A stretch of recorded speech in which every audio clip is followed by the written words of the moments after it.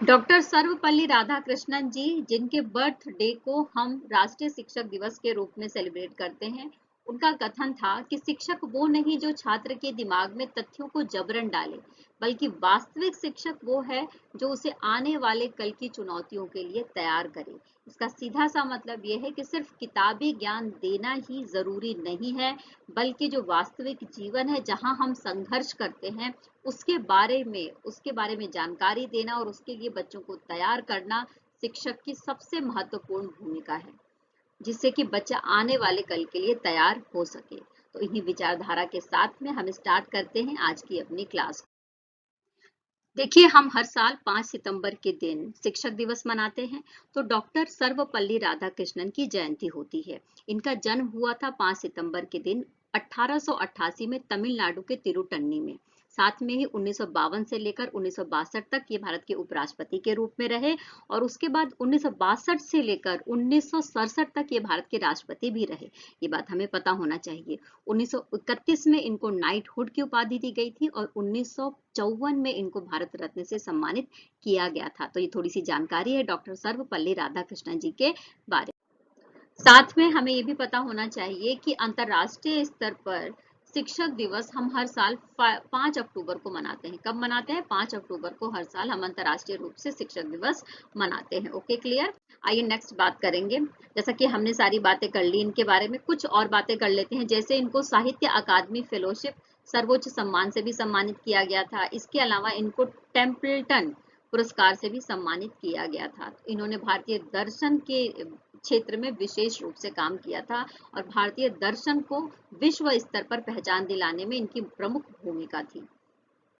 Next बात करेंगे अंतर्राष्ट्रीय दान दिवस के बारे में, जिसकी स्थापना किस उपलक्ष्य में की गई है। तो देखो, अंतर्राष्ट्रीय दान दिवस हर साल 5 सितंबर को मनाया जाता है, क्योंकि 5 सितंबर के दिन ही मदर टेरेसा जो थी उनका निधन हो गया था कोलकाता में।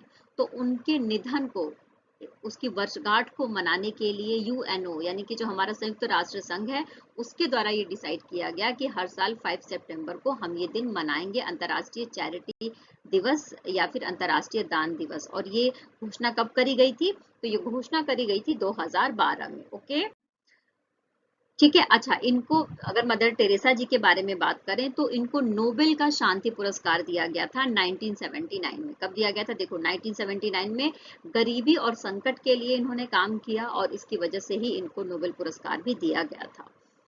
नेक्स्ट बात करेंगे इटालियन ग्रैंड प्रिक्स 2023 के बारे में। वेरी इंपॉर्टेंट क्वेश्चन और एग्जाम में 100% आने की संभावना है।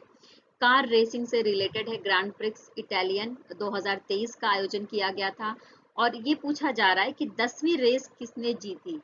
यानी 9 बार ये रेस जीत चुके हैं और इन्होंने 10वीं बार भी इटालियन ग्रैंड प्रिक्स 2023 में जीत हासिल कर ली है। इनका नाम है मैक्स वेरस्टेपेन। अभी हमने कुछ दिन पहले ही मैक्स वेरस्टेपेन के बारे में पढ़ा था कि इन्होंने डच ग्रैंड प्रिक्स 2023 का भी खिताब जीत लिया था और ये इनकी लगातार तीसरी जीत थी, है ना। तो इनका नाम याद रख लेना। साथ में आपको मैं ये भी बता दूं कि ये प्रॉपर लिस्ट दी गई है, जहां पर आप देख सकते हैं कि इटालियन ग्रैंड प्रिक्स 2023 का जो आयोजन हुआ था उसके परिणाम कौन कौन से थे। यानी कि उनकी रैंकिंग अगर हम देखें तो फर्स्ट नंबर पे मैक्स वेरस्टेपेन है, सेकंड नंबर पे सार्जियो पेरेज है और थर्ड नंबर पे कार्लोस सैंज। ओके, देखिए, आकाशवाणी और समाचार सेवा प्रभाग में प्रधान महानिदेशक का पद किसने ग्रहण किया है? तो ये ग्रहण किया है डॉक्टर वसुधा गुप्ता ने। इनका नाम याद रख लेना। वसुधा गुप्ता को हम इसलिए भी जानते हैं क्योंकि जब कोविड का टाइम चल रहा था तो इन्होंने भारत सरकार के लिए फीडबैक डैशबोर्ड का निर्माण किया था। इसका निर्माण किया था, फीडबैक डैशबोर्ड का निर्माण किया था, जिसकी वजह से ये सुर्खियों में आई थी। अच्छा, अभी प्रेजेंट टाइम में ये क्या है? तो ये जो है डायरेक्ट जनरल के रूप में काम कर रही थी, डायरेक्टर जनरल के रूप में काम कर रही थी ऑल इंडिया रेडियो में। और अब ये क्या हो गई है? तो आकाशवाणी और समाचार सेवा प्रभाग में वसुधा गुप्ता को प्रधान महानिदेशक के पद पर नियुक्त कर दिया गया है। ओके, इस बात को याद रख लेना। और इनके पास एक्सपीरियंस है 33 साल के काम का, सूचना और प्रसारण मंत्रालय के तहत जो आने वाले डिपार्टमेंट है उसमें। ओके, देखिए, आकाशवाणी के बारे में बात करेंगे, all India radio. Okay, all India radio के बारे में अगर मैं बात करूं तो इसकी स्थापना 1936 में करी गई थी। इसका मुख्यालय आपको दिल्ली में देखने को मिल जाएगा। इसको हम आकाशवाणी के नाम से जानते हैं और प्रसार भारती और दूरदर्शन के साथ में या उसके एक दूरदर्शन के साथ में ये काम करता है, यानी कि एक तरीके से इसका एक हिस्सा है दूरदर्शन और प्रसार भारती का। पूरे भारत में ऑल इंडिया रेडियो का सबसे बड़ा नेटवर्क है और अगर पूरी दुनिया के बारे में बात करें तो पूरी दुनिया के जो सबसे बड़े प्रसारण संगठन है उसमें से एक है ये। अभी प्रेजेंट टाइम में ऑल इंडिया रेडियो 23 भाषाओं और साथ में 179 बोलियों में प्रोग्राम करता है। तो आप देख सकते हैं कि कितना बड़ा एक संगठन के रूप में प्रसारण के क्षेत्र में काम करने वाला स्टेशन है ये। ओके, कोटक महिंद्रा बैंक के प्रबंध निदेशक और सीईओ के पद पर किसने इस्तीफा दे दिया है? तो देखो, मैनेजिंग डायरेक्टर थे, सीईओ थे कोटक महिंद्रा के, इन्होंने अभी इस्तीफा दे दिया है। इनका नाम क्या है? तो इनका नाम है उदय कोटक और इनकी जगह पर दीपक गुप्ता को अस्थायी रूप से सीईओ और मैनेजिंग डायरेक्टर के रूप में नियुक्त किया गया है। कोटक महिंद्रा के बारे में बात करें तो कोटक महिंद्रा बैंक की स्थापना 1985 में करी गई थी और जब से इसकी स्थापना करी गई थी तभी से ये मैनेजिंग डायरेक्टर और सीईओ के रूप में काम कर रहे हैं। कोटक महिंद्रा बैंक के बारे में आपको ये भी बता दूं कि एचडीएफसी और जो आईसीआईसीआई बैंक है उसके बाद तीसरा भारत का सबसे बड़ा बैंक है जो फाइनेंशियली काम करता है। ओके, ठीक है, तो हमने समझ लिया कोटक महिंद्रा के बारे में। ओके, और इन्होंने कब से इस्तीफा दिया है? तो 1 सितंबर से इनका जो इस्तीफा है वो मंजूर कर लिया गया है।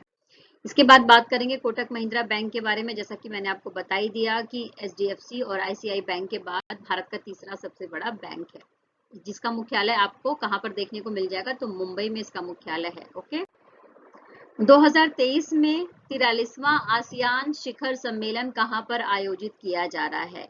यानी आसियान शिखर सम्मेलन हो रहा है, 43rd नंबर का हो रहा है। कहां पर हो रहा है पूछा जा रहा है, तो ये होगा इंडोनेशिया के जकार्ता में।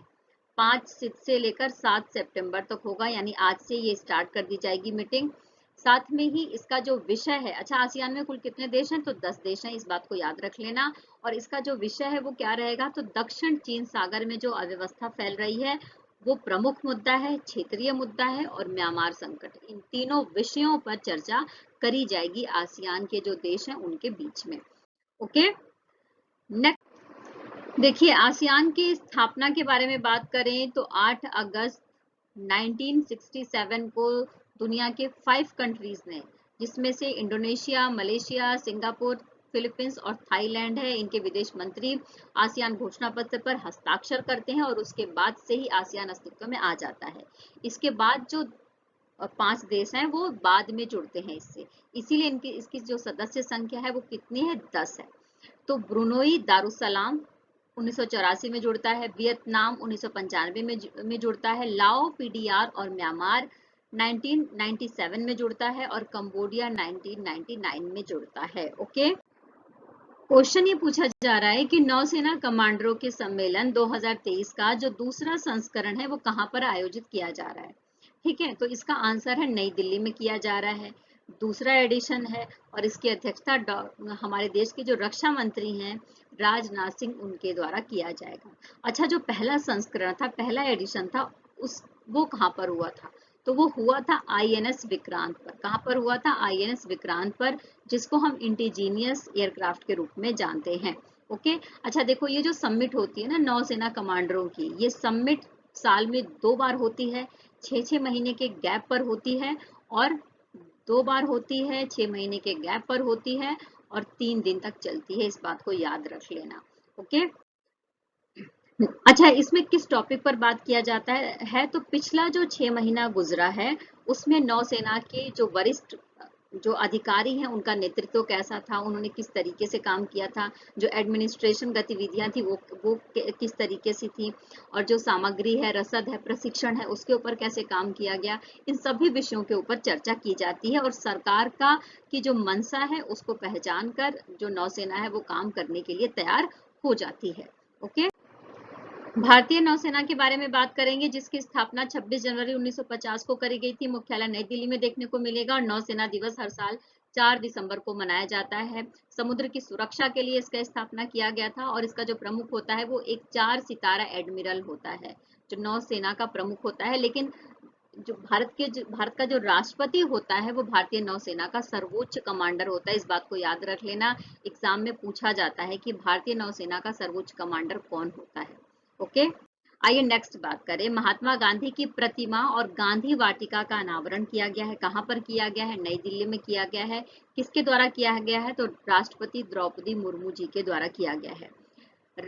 नई दिल्ली के राजघाट पर इसकी स्थापना करी गई है। और साथ में ही आप देखेंगे तो 12 फीट की गांधी जी की मूर्ति आपको देखने को मिल जाएगी यहाँ पर, और साथ में ही सेल्फी जो पॉइंट भी बनाए गए हैं जिससे कि लोग जाएं तो वहां पर पिक्चर्स खींच सकें। ओके, देखिए बात करेंगे महात्मा गांधी जी के बारे में। 2 अक्टूबर 1869 में इनका जन्म होता है गुजरात के पोरबंदर में। ठीक है, इनको बापू या पिता के नाम से जानते हैं, और इनका जो जन्म था, इनकी जो जयंती है उसको गांधी जयंती के साथ साथ में हम अंतर्राष्ट्रीय अहिंसा दिवस के रूप में भी मनाते हैं पूरी दुनिया में। ये वकालत की पढ़ाई करने के लिए कहाँ पर जाते हैं? लंदन जाते हैं, और 1915 में जब ये लौटने लगते हैं तो उसके पहले ये दक्षिण अफ्रीका जाते हैं और वहां पर एक अहिंसक आंदोलन चलाते हैं। हमें इनके द्वारा चलाया गया 1930 में दांडी मार्च, जो एक तरीके से नमक के कानून को तोड़ने की एक यात्रा थी। इसके बाद 1942 में जो भारत छोड़ो आंदोलन चलाया गया था, उन सब के बारे में बहुत अच्छे से पता है। बाकी इनकी हत्या कर दी गई थी 30 जनवरी को 1948 में एक हिंदू राष्ट्रवादी नाथूराम गोडसे के द्वारा। ओके, तो ये थोड़ी सी जानकारी है महात्मा गांधी जी के बारे में जिसको हम समझ सकते हैं, पढ़ सकते हैं। देखिए क्वेश्चन ये है कि 3 दिवसीय काठमांडू कलिंग साहित्य महोत्सव का आयोजन कहाँ पर किया जा रहा है? तो नेपाल के ललितपुर में किया जा रहा है, इसको याद रख लेना। इसमें भारत, बांग्लादेश, नेपाल, भूटान और जो श्रीलंका है उसके लेखक शामिल हो रहे हैं, कलाकार शामिल हो रहे हैं। साथ में ही नेपाल के जो विदेश मंत्री हैं जिनका नाम है एनपी सऊद, उनके द्वारा इसका उद्घाटन किया गया है। इसमें आप संगीत, नृत्य, कविता और साहित्य से रिलेटेड जो गतिविधियां हैं वो देख सकते हैं। और यशस्वी साहित्य सम्मान भी दिया गया है जिसमें मनीषा कोइराला, दिव्या दत्ता, प्रोफेसर माधव प्रसाद पोखरेल जैसे लोग शामिल हैं। यहाँ पर ये प्रॉपर लिस्ट है कि किस व्यक्ति को किस पुस्तक के लिए सम्मानित किया गया है, किस लेखक को सम्मानित किया गया है। तो विवेक ओझा को उनकी जो बुक है एथन के लिए सम्मानित किया गया है। रेणुका जीसी को सनेश के लिए सम्मानित किया गया है। इस तरीके से ये प्रॉपर लिस्ट दी गई है जिसको आप पढ़ सकते हैं, देख सकते हैं। मुझे जो सबसे इम्पोर्टेंट लगा वो लगा अनुराधा का बाल साहित्य, जिसका नाम है छम छको छम छमी। इसके लिए इनको यशस्वी साहित्य पुरस्कार दिया गया है। ओके, इसके बाद आती है रीमा केसी, जिन्होंने अमृता प्रीतम की जो कविताएं हैं उसका अनुवाद किया है। तो इस तरीके से हम समझ सकते हैं। देखिए यहाँ पर क्वेश्चन पूछा जा रहा है कि जिम्बाब्वे के किस पूर्व क्रिकेट कप्तान का निधन हो गया है? तो उनका नाम है हीथ स्ट्रिक। ये तेज गेंदबाज थे और 1993 से इन्होंने जिम्बाब्वे के लिए खेलना स्टार्ट किया था। 2005 तक इन्होंने जिम्बाब्वे के लिए खेला था। और उसके बाद हीथ स्ट्रिक क्या थे? एक तेज गेंदबाज थे, साथ में ही इन्होंने 216 विकेट लिए थे।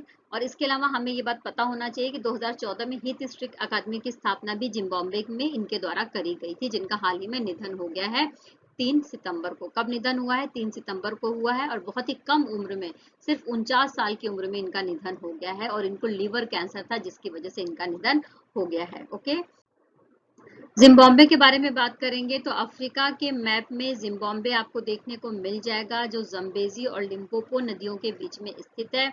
और साथ में ही इसकी राजधानी और सबसे बड़ा शहर हरारे है। राष्ट्रपति एमरसन मनांगांगवा हैं, जिनके बारे में हमने 2 दिन पहले पढ़ा था। और उपराष्ट्रपति कॉन्स्टेंटिनो और चिंगेवा हैं। ठीक है, ओके।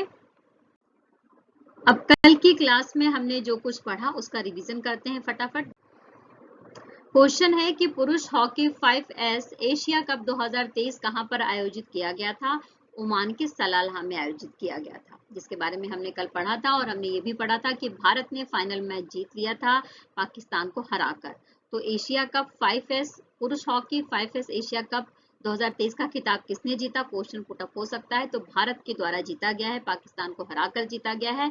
और भारत ने अब वर्ल्ड लेवल पर जो हॉकी टूर्नामेंट होने वाला है उसके लिए क्वालिफाई कर दिया है। और वो जो टूर्नामेंट होगा वो कहाँ पर होगा? तो ओमान के मस्कट में होगा 2024 में, जनवरी के महीने में। ओके, इसके बाद बात करेंगे भारतीय फिल्म और टेलीविजन संस्थान पुणे के अध्यक्ष के रूप में किसे नामित किया गया है? तो आर माधवन को नामित किया गया है। जो आर माधवन है, हम सबको अच्छे से पता है कि साउथ इंडियन मूवी और जो हमारी बॉलीवुड है उसमें आर माधवन की बहुत सारी पिक्चर्स हमें देखने को मिल जाती है। जो भारतीय फिल्म और टेलीविजन संस्थान है वो स्पेशली जो लोग एक्टिंग से रिलेट करते हैं, अभिनय सीखना चाहते हैं, उनके लिए स्कूल के रूप में काम करता है। देखिए, राष्ट्रीय केमिकल्स एंड फर्टिलाइजर्स लिमिटेड को कब सार्वजनिक उद्यम विभाग के द्वारा नवरत्न दर्जा दिया गया है? ठीक है, ये क्वेश्चन पूछा जा रहा है। तो ये जो नवरत्न दर्जा दिया गया है ये 2 सितंबर 2023 को दिया गया है, पहली बात। दूसरी चीज, हमें ये बात पता होनी चाहिए कि जो नवरत्न कंपनी बन जाती है वो 1000 करोड़ रुपए तक का इन्वेस्टमेंट कर सकती है बिना सरकार की परमिशन के। ओके, नेक्स्ट क्वेश्चन है कि हाल ही में किसने आधिकारिक तौर पर अक्टूबर को हिंदू विरासत माह घोषित किया है? तो ये अमेरिका का एक राज्य है जॉर्जिया, उसके द्वारा ये घोषणा करी गई है कि अक्टूबर के महीने को हिंदू विरासत माह बनाएगा। इसके पीछे की वजह ये बताया गया है कि जो अमेरिकी भारतीय मूल के नागरिक हैं वो किस तरीके से अमेरिका के विकास के लिए काम कर रहे हैं उसके बारे में, और साथ में ही जो हिंदू धर्म है वो दुनिया का सबसे प्राचीन धर्म है और तीसरा सबसे बड़ा धर्म है। तो इस बात को ध्यान में रखते हुए और जो हिंदू फोबिया है यानी हिंदू धर्म से रिलेटेड जो लोगों के मन में गलत फहमियां है उसको दूर करने के लिए ऐसा किया जा रहा है।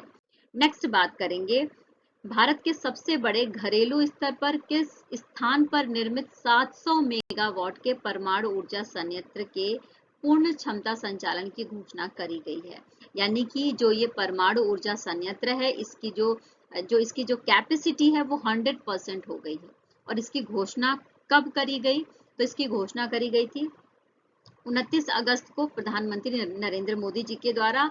और ये परमाणु संयंत्र का नाम क्या है यहाँ पर पूछा जा रहा है, तो इसका नाम है गुजरात का काकरापार। ठीक है, नेक्स्ट बात करेंगे ASI। ASI का मतलब क्या है कि आर्कियोलॉजिकल सर्वे ऑफ इंडिया, यानी कि भारत का जो पुरातत्विक विभाग है उसके द्वारा अडॉप्ट अ हेरिटेज 2.0 भारतीय विरासत ऐप और ई अनुमति पोर्टल का अनावरण कब किया गया है? तो 4 सितंबर को किया गया है। अडॉप्ट अ हेरिटेज 2.0 के तहत जो हमारे देश के सांस्कृतिक और ऐतिहासिक विरासत हैं, अगर आप उसको अडॉप्ट करना चाहते हैं तो उससे रिलेटेड आपको इस ऐप से जानकारी मिलेगी। अगर भारतीय विरासत के बारे में, सांस्कृतिक विरासत के बारे में आप जानना चाहते हैं तो हर एक राज्य में कौन कौन से सांस्कृतिक और ऐतिहासिक विरासत है उसके बारे में आपको भारतीय विरासत ऐप से जानकारी मिल जाएगी। और ई अनुमति पोर्टल के माध्यम से अगर वहां पर आप शूटिंग करना चाहते हैं, पिक्चर कोई बनाना चाहते हैं या कोई प्रोजेक्ट चलाना चाहते हैं तो उसके लिए आपको ई अनुमति पोर्टल से जानकारी मिल जाएगी। ओके, तो इस सेशन में इतना ही। आई होप कि आपको सारी बातें अच्छे से समझ में आ गई होंगी। तो प्लीज चैनल पर बने रहिए, लाइक करते रहिए, शेयर करते रहिए, और अगर आप नए हैं तो सब्सक्राइब जरूर कर लीजिए, बेल आइकन जरूर प्रेस कर लीजिए। साथ में टेलीग्राम के लिंक पर जो भी PDF है वो उपलब्ध है, तो आप वहां पर जाकर पढ़ सकते हैं, देख सकते हैं और अपने नोट्स प्रिपेयर कर सकते हैं। खूब खुश रहिए, टीचर्स का सम्मान करिए, उनके जो अनुभव हैं, उनकी जो बातें हैं उनका अनुसरण करिए और जीवन में आगे बढ़ते रहिए। Take care, bye bye.